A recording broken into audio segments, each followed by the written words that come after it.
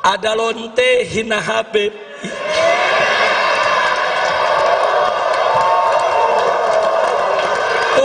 Pusing sampai lonte ikut-ikutan ngomong.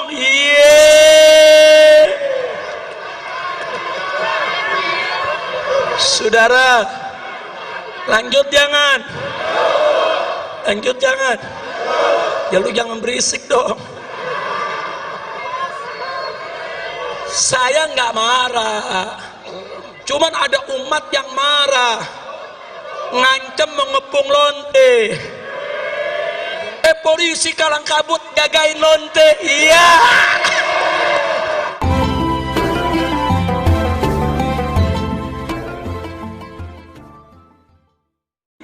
Hari ini saya mendengar pernyataan dari seorang pejabat tinggi.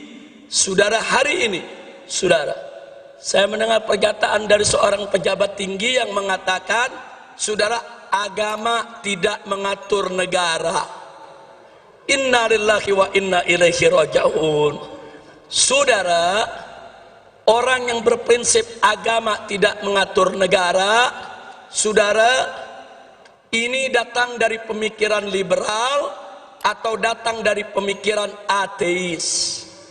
Pemikiran liberal adalah mereka-mereka yang ingin membebaskan diri mereka dari ikatan agama. Sedangkan pemikiran ateis, saudara, mereka-mereka yang ingin mengatur kehidupannya tanpa ada ikatan kepercayaan kepada Tuhan, saudara.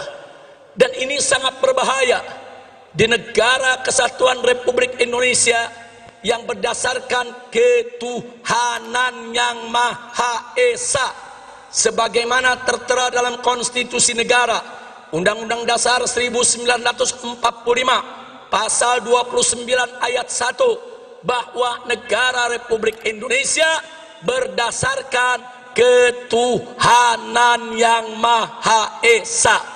Jadi para founding father itu para pendiri bangsa, dari sejak awal kemerdekaan kita sudah menetapkan bahwa Indonesia berdasarkan tauhid.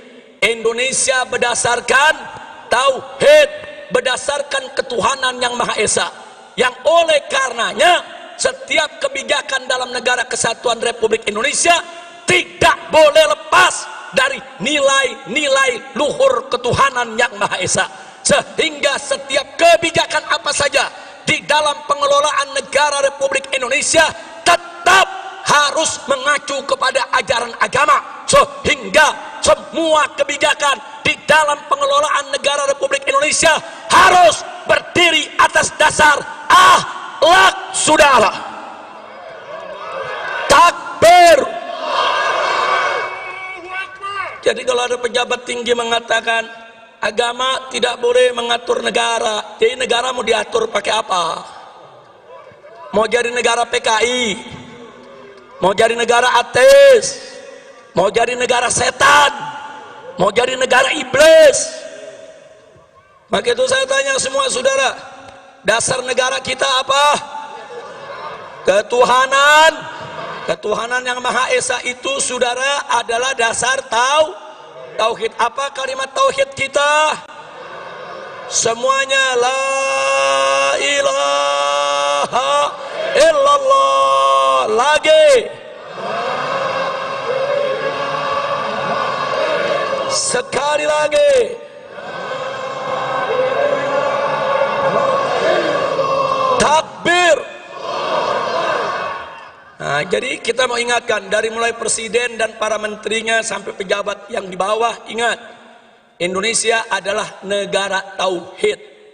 Sekali lagi kita ingatkan kepada mereka, Indonesia adalah negara tauhid, negara berdasarkan ketuhanan yang Maha Esa, sesuai apa yang tertera dalam Undang-Undang Dasar 18 Agustus 1945 pasal 29 ayat 1 yang berbunyi negara Republik Indonesia berdasarkan ketuhanan yang Maha Esa.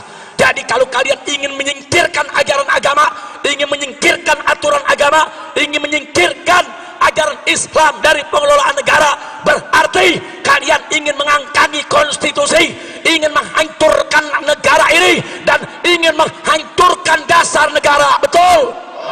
Maka itu saya mau tanya, siap gagak ketuhanan yang Maha Esa? Siap gagak negara Republik Indonesia? Takbir! Jadi saya ingatkan kepada semua ya kawan, saya nggak peduli siapapun orangnya saudara, mau presiden, mau menteri, mau para jenderal TNI dan Polri, hati-hati kalian. Kalau kalian ingin menyingkirkan agama dalam pengelolaan negara Republik Indonesia, berarti kalian ingin melawan agama, kalian menantang agama. Demi Allah, kami tidak akan mundur walaupun selangkah, saudara. Takbir! Takbir! Takbir! Nah baiklah, jadi saya mau garis bawahi, ucapan agama tidak boleh ngatur negara, itu ucapan nggak punya akhlak, nggak punya akhlak, betul? Betul? Pemimpin ngebohong melulu, punya akhlak gak? Punya akhlak gak? Nggak punya akhlak, nggak punya. Pemimpin ingkar janji melulu, punya akhlak gak? Punya akhlak gak? Punya akhlak gak? Habaib ulama dikriminalisasi hanya karena tidak sejalan dengan penguasa. Punya akhlak gak? Kriminalisasi ulama punya akhlak gak? Ayo jawab yang kompak, punya akhlak gak? Ulama dicaci maki, dihina-hina oleh buzzer, tapi buzzernya nggak ditangkap-tangkap. Punya akhlak gak? Punya akhlak gak? Punya akhlak gak? Ulama yang nggak salah dicari-cari kesalahan, nggak ada salahnya aja dicari-cari kesalahan, apalagi kalau ada salah. Saya mau tanya sekali lagi, nyari-nyari kesalahan ulama punya akhlak gak? Punya akhlak gak? Nah, saya mau tanya lagi, biar anda yang putusin semua saudara, supaya nanti anda tahu apa yang dimaksud revolusi akhlak.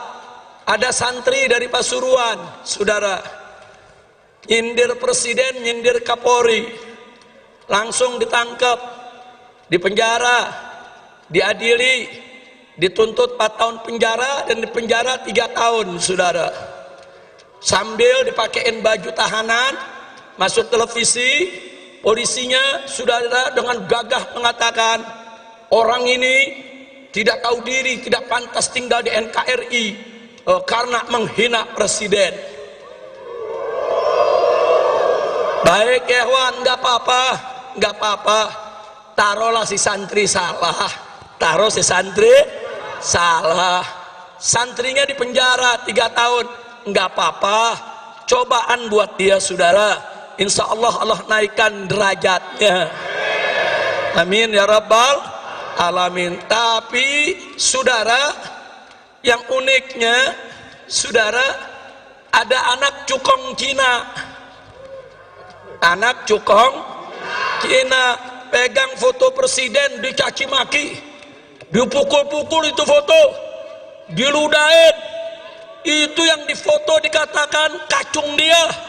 Bahkan dia bego-begoin dan diancam, gua mau bunuh, gua mau tembak, nggak ditangkap.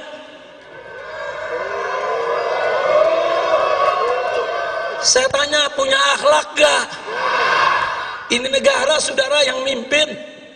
Coba lihat, giliran santri penjara 3 tahun, giliran anak cukong Cina dibebasin.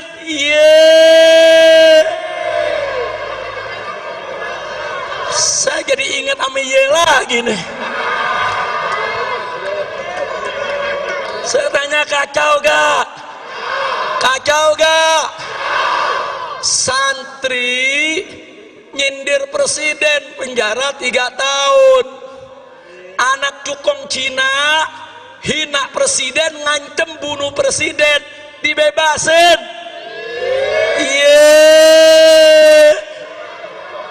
Ada akhlak gak? Ada akhlak gak? Ada akhlak gak? Nah yang begini wajib gak direvolusi? Wajib gak direvolusi? Wajib tidak direvolusi? Takbir!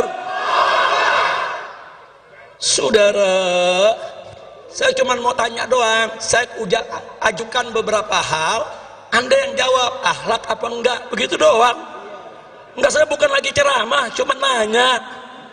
Nanya, yang jawab umat, betul. Jadi kalau mau ditangkap, tangkap yang jawab. Saya cuma nanya, nanya. Lanjut. Mau ditanya lagi? Ada prajurit TNI. Takbir. Waktu saya pulang, buat rekaman menyambut saya datang. Betul? Bagus gak? Ditangkep.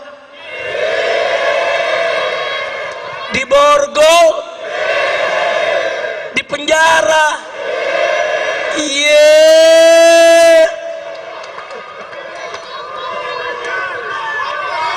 Baik, katanya melanggar disiplin militer. Katanya tidak sesuai Sabta Marga. Unyil. Saya kenapa di sini jadi inget unyil lagi ya?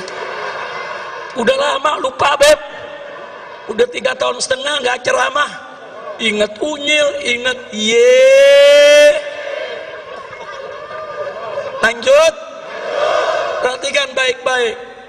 Seorang prajurit TNI menyambut kepulangan seorang Habib, diborgol, ditangkap, dipenjara. Yang menarik, cukong Cina lagi. Cukong Cina, saudara, digotong-gotong, dibopong-bopong sama prajurit-prajurit Brimob. Digotong-gotong. Ini Cina pakai nama Datuk Tahir. Jadi orang kalau dengar namanya kan nggak tahu dia Cina. Datuk Tahir dari Mayapada, saudara. Ini cukong Cina digotong-gotong, dibombong-bombong rame-rame oleh para prajurit Brimob. Nggak ada masalah, saudara. Lalu kenapa ada prajurit TNI sekedar mengucapkan selamat datang kok harus ditahan? Kurang ajar. Betul? Maka itu saya mau tanya, itu yang begitu-begitu ada akhlak gak? Ada akhlak gak? Prajurit TNI cinta sama Habib, bagus gak? Ditahan. Saya tanya, ada akhlak gak? Ada akhlak gak? Cukong Cina digotong-gotong sama prajurit Brimob, berakhlak tidak? Berakhlak tidak? Giliran cukong dibopong-bopong, saudara, dianggap nggak melanggar disiplin. Tapi giliran ada prajurit TNI cinta sama ulama, langsung main pegang, main tahan, main borgol. Kurang ajar, tidak punya akhlak. Betul.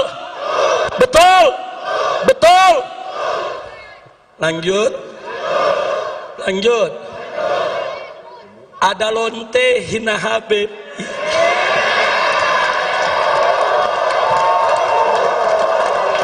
Pusing. Sampai lonte ikut-ikutan ngomong.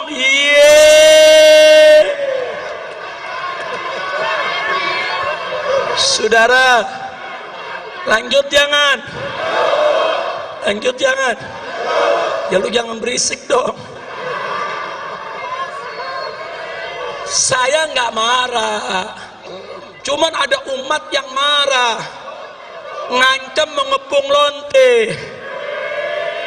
Polisi kalang kabut jagain lonte. Iya.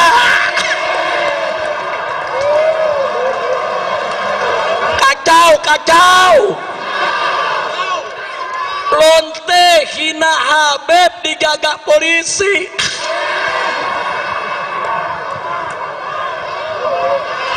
Kacau tidak? Musinya lonte yang hina Habib, hina ulama, tangkap. bukan dijagain. Polisi jawab, tapi ada ancaman Habib, maka lu tangkap. Betul? Ditangkap enggak? Dijagain dia. Jangan-jangan minta jatah kali.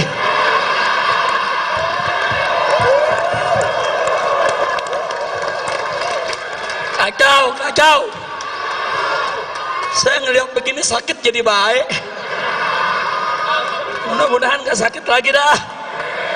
Amin. Udahlah, jangan diterusin dah. Udah biarin lonte, biar rame lonte aja dah ngomongnya. Kira-kira jelas gak? Lanjut. Saudara, Indonesia bikin undang-undang namanya Omnibus Law. Undang-undang apa? Omnibus Law. Niatnya sih bagus, katanya untuk mempermudah dan memperlancar dunia usaha, katanya. Untuk meringkaskan lebih dari 70 undang-undang dalam satu undang-undang saja, katanya. Lalu bagaimana sikap kita? Ya kalau untuk kebaikan sih ya nggak ada masalah. Cuman yang jadi masalah, saudara, ini undang-undang prosesnya lucu. Dari 800 halaman jadi 900-an. Dari 900 naik jadi 1000-an. Dari 1000 turun lagi jadi 812. Dari 812 naik lagi jadi 1000 sekian. Ini lagi bikin undang-undang, apalagi bikin kwitansi warung kopi. Betul. Yang namanya bikin undang-undang, saudara, ini saya mau kasih tahu nih, masyarakat mesti paham nih semua nih. Yang namanya undang-undang sebelum dibuat, sebelum disidangkan, saudara, DPR itu harus mengundang tokoh masyarakat dari semua elemen, saudara. Undang ulamanya. Loh, kenapa ulama mesti diundang? Karena dalam undang-undang Omnibus Law ada hal-hal yang menyangkut agama. Undang juga, saudara, ormas-ormasnya, saudara. Undang juga pengusahanya, undang juga buruhnya, undang juga mahasiswanya. Ajak dulu dialog. Gak boleh main langsung bikin undang-undang, saudara. Karena DPR itu wakil rakyat, bukan wakil partai. Betul. Ada nenek-nenek ngomongnya salah melulu, saudara. Sampai presiden aja dibilang petugas partai. Orang kalau sudah jadi presiden, saudara, itu kepala negara buat semua rakyat Indonesia, bukan petugas. Kalau mau jadi petugas partai, lu berhenti jadi presiden.